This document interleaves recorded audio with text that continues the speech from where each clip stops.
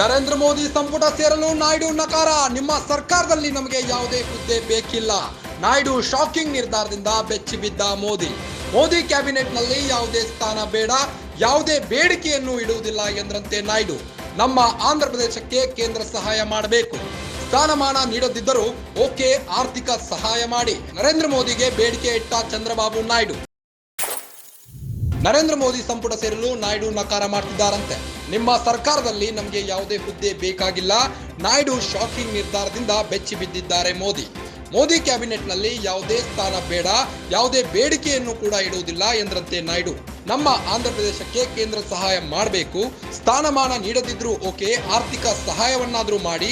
ಹಾಗಂತ ನರೇಂದ್ರ ಮೋದಿಗೆ ಬೇಡಿಕೆ ಇಟ್ಟ ಚಂದ್ರಬಾಬು ನಾಯ್ಡು.